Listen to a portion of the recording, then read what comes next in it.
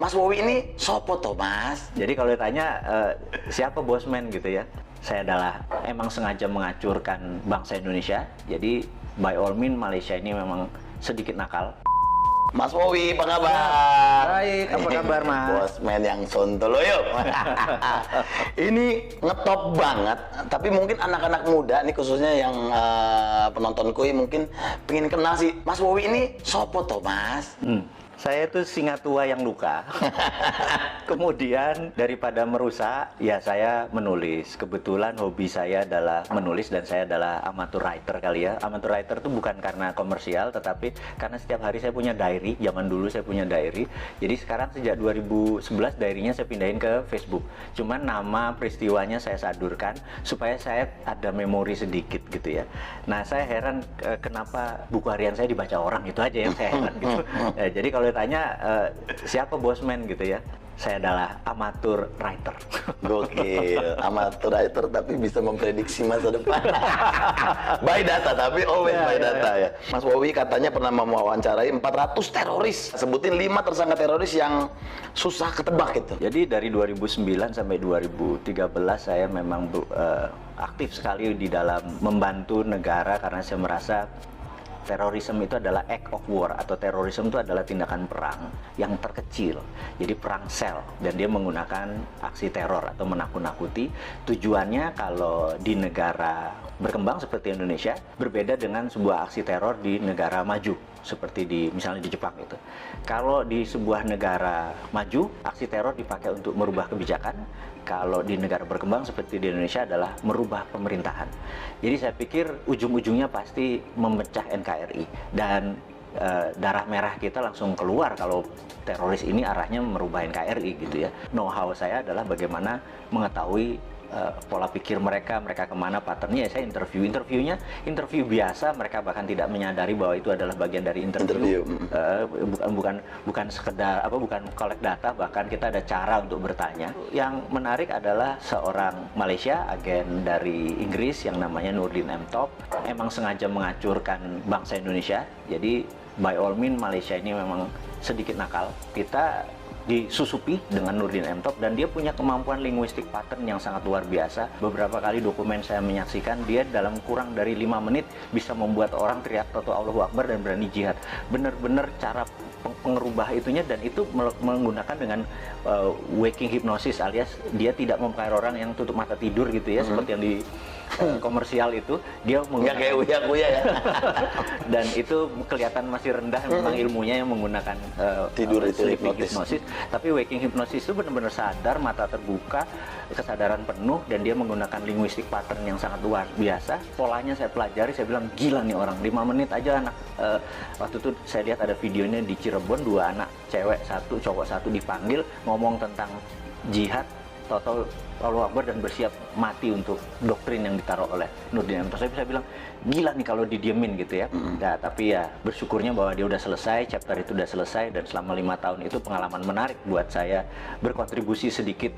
Bukan saya adalah bagian dari lembaga tertentu, tapi ini adalah berkontribusi sedikit bagaimana supaya terorisme yang mengatasnamakan agama, yang mau mecah belah NKRI sekarang bisa dikatakan sudah selesai. Tapi yang jelas yang menjadi pahlawan menurut saya adalah Pak Tito Karnavian, orang-orang yang di dunia kepolisian saat ini, yang dialah actionnya ya. Kalau saya kan cuma polanya atau patternnya atau mindsetnya saja yang saya pelajari.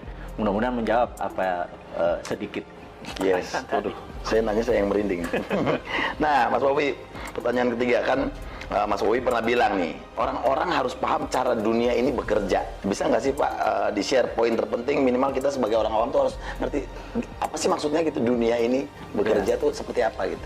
How the world work, bahasa Inggris susah bener ya. How the world work. Gitu. Jadi tidak pernah berubah sejak tahun 45. Jadi sebelum tahun 45 dunia ini bergeser jauh, tapi setelah tahun 45 ke sini dunia ini tidak bergeser jauh. Setelah Long Telegram, ada sebuah buku yang menarik yang ditulis George Kennan, di mana dia adalah menaruh foreign policy yang diatur adalah Eropa adalah negara produsen, Amerika negara produsen, kemudian Timur Tengah adalah negara energi, kemudian Afrika adalah bahan bakunya Timur Tengah, Amerika Latin adalah bahan bakunya Amerika. Kemudian Asia seperti Indonesia, Asia Tenggara, India, dan China adalah market. Kalau market itu tidak boleh miskin, tidak boleh kaya, gitu ya. Nah, kalau negara produsen harus kaya. Negara sumber bahan alam tidak boleh kaya. Bahkan harus lebih miskin daripada negara market, gitu ya. Itu memang disetel seperti itu. Suatu hari di tahun 80-an, 90-an, di mana musuh Amerika adalah Soviet, zaman presidennya adalah Ronald Reagan. Mereka fokus di Timur Tengah karena energi, dan tahun 91 Soviet rata tanah. Fokus mereka terhadap energi itu lupa bahwa ternyata China membangun manufaktur. Dan China membangun manufaktur itu bukan sendirian, dia dengan geng globalis dalam tanda petik ini ya. Tahun 80-an itu masuk ke China hanya sebagai labor murah, China membangun produksi. Nah, begitu China 20 tahun kemudian, dunia shock di tahun 2008 pada saat Olimpiade Beijing. Di situ dunia shock karena China mendadak menjadi negara produsen, dan Amerika udah telat, realize-nya, sadarnya sudah telat gitu. Ternyata Cina udah merubah dirinya menjadi negara produsen gitu. Kalau dia negara produsen, maka dia harus punya satu market, dua sumber bahan baku. Cina itu bahan bakunya dari nggak usah dijawab gitu ya. Dan negara yang jadi bahan baku itu harus miskin. Nah, negara yang jadi pasarnya dia yaitu Amerika dan Eropa tidak boleh kaya, tidak boleh miskin. Itu disetel sama Cina sekarang. Jadi kalau pemerintah tidak paham how the work, bener nggak? Ya kayak sekarang ini kita kayak kikuk mau dagang apa, salah semua, pertanian tidak bisa independen, pupuk aja impor dan lain sebagainya karena nggak ngerti gitu ya. Nah, kita coba mengingatkan bahwa kalau sebagai Anda pengelola negara tapi nggak ngerti how the work, ya seperti sekarang berantakan. Nah, ini kita buka makanya. Mas Bowie, ini kan kalau orang awam nih ngelihat propaganda di dunia ini kan ya bisa jadi hoax gitu ya. Sebenarnya propaganda itu rumornya tuh ada nggak sih yang kayaknya nggak mungkin gitu, tapi it's real gitu. Propaganda itu ilmu makrifat, ilmu tertinggi dari strategi mempengaruhi orang lain. Jadi yang paling rendah namanya agitasi. Agitasi itu adalah mengajak, provokasi, mengajak dan bergerak. Propaganda adalah changing mindset. Jadi ini semua bertahap. Mengajak dulu, mengajak dan bergerak, kemudian changing mindset. Propaganda itu bukan sekedar informasi satu aja, itu masih agitasi namanya. Propaganda itu changing mindset. Misalnya kita ingin Indonesia ini negaranya khilafah gitu. Ini contoh saja. Mereka punya cara melakukan agitasi, provokasi supaya nanti oh iya ya, kita harus merubah menjadi khilafah. Itu contoh propaganda. Namanya changing mindset. Jadi kalau sepotong-sepotong nggak bisa dibilang itu propaganda. Jadi harus hati-hati, sepotong-sepotong ini bagian dari pasal-pasalnya ini.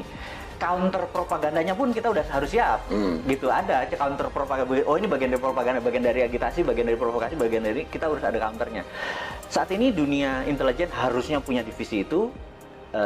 Mudah-mudahan sadar. Karena sadar itu dalam artian karena ilmu ini bergeser terus, ilmu komunikasi massa ini bergeser terus. Dulu adalah menggunakan koran, dulu menggunakan TV, dulu menggunakan radio, sekarang menggunakan apapun. Jadi sekarang ini perangnya bukan battleground, bukan perang ground, tapi battle space.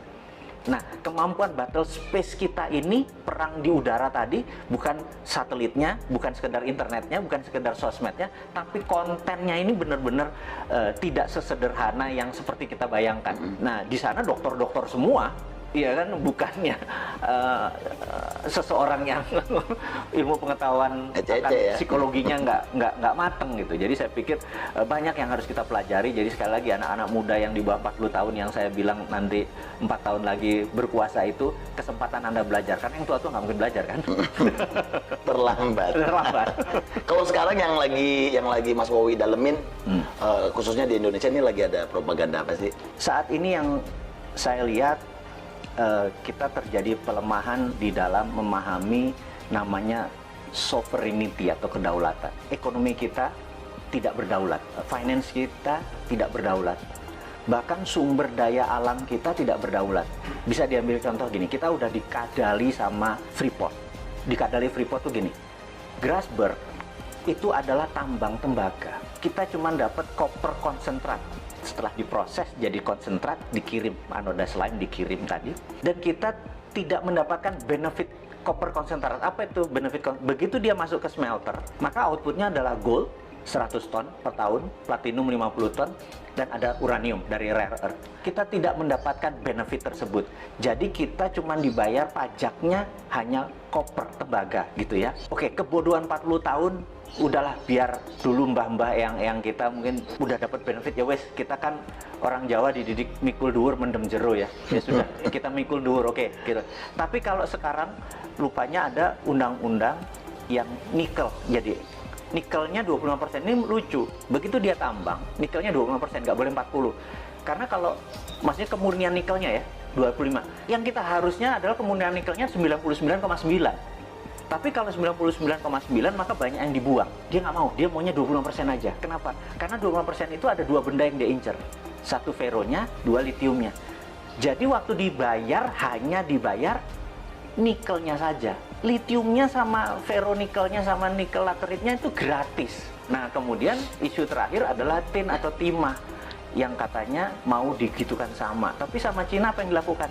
Kadar tinnya harus 25% karena di 75% itu masih ada yang namanya thorium, masih ada yang namanya osmium buat laras senjata. Dan kita cuma dibayar tin timahnya doang gitu ya. Nah, kok masih goblok sih gitu ya, cuman kita ngingetin aja gitu. Yang mbok sekarang sudah sekian lama, ya kalau mau dibayar namanya konten dari mineral tadi yang dibayar. Litiumnya berapa, osmiumnya berapa, thoriumnya berapa, rare earth-nya. Jangan cuman dibayar pokoknya dan nilainya yang paling murah. Jadi koper tuh paling murah, nikel tuh paling murah, timah juga paling murah, stannum ya bahasa kimianya, SN biar pada inget ini. Pasti pada lupa pelajaran SMA dulu ya, SMA dulu kalau fisika tuh saya inget ada hari libur nanti kita rebus kubis Prancis HEL gitu ya, pada lupa kan pasti kan gitu ya.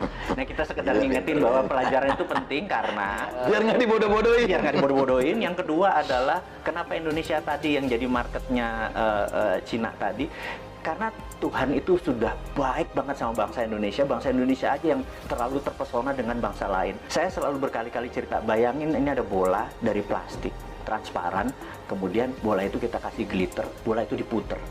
Glitter itu akan ada di lingkaran tadi. Dunia ini yang sudah miliar tahun muter itu mineralnya ada di sabuknya. Karena itu Nusantara dengan hampir sekian panjang wilayah itu menghasilkan seluruh mineral itu. Jadi 130 unsur mineral yang ada di tabel periodik itu ada semua di Indonesia. Dari mulai rare earth, tanah jarang, segala macam. Dan ini adalah hanya ada di Indonesia loh, gitu. Kenapa kita masih terpesona sama bangsa lain? Ini aja digarap. Kalau kita mau berdaulat, kita buat aja namanya metal road gitu atau mineral road gitu ya. Dulu kan ada spice road misalnya gitu, jalan rempah ya, kita jalan mineral karena kita the only country yang punya itu semua di dunia ini. Itu yang membuat generasi nanti ya, yang 4 tahun lagi berkuasa tadi, ambil itunya Jo, gitu ya. Jangan lu pikirin yang tua-tua ini. Iya. Nah, Mas Bobi, coba Mas Bobi, ada nggak konspirasi yang paling serem dan berhasil sepanjang sejarah? Menurut saya adalah diambilnya emas Indonesia sebelum Pak Karno dikudeta, dan itu gerakannya cantik sekali sehingga depository emas kita lepas hampir 1000 ton gitu ya. Cakep sekali skenarionya dan itu bisa dibuktikan one of the best. Nah, ini kita ngomongin yang anget-anget nih. Kemarin nih kayaknya Pak Bos lagi marah-marah sama menterinya nih, ya kan? Gimana Mas Bowi menanggapi statement Presiden kemarin yang kayaknya bakal ada reshuffle kabinetnya, gimana? Kalau saya lihat tujuannya Pak Presiden adalah mengingatkan, jadi early warning untuk semuanya bergerak. Tapi kalau kapabilitas dan kapasitasnya memang tidak ada, menurut saya dalam 2-3 bulan ke depan benar-benar diganti secara fisik. Saran saya, karena ini bukan biasa saja, ini udah extraordinary, jadi udah bukan extraordinary lagi, udah extraordinary karena economic at war. Di dalam economic at war itu hampir no law, nggak ada hukum. Hukumnya adalah survival of the nation, hukumnya. Jadi gimana bangsa ini supaya survive. Jadi jangan, survive-nya harus cara kayak gini, nah itu lagi normal. Sekarang nggak peduli cara, yang penting bangsa ini survive, intact, utuh, dan cepat. Yang diganti saran saya adalah semuanya. Semuanya, bedol desa ya? Bedol desa. Semuanya bongkar ya? Bener. Nah, kalau menurut Mas Bowi, 5 negara yang punya sistem pemerintahan paling oke. Saat ini menurut saya negara yang paling oke adalah Cina.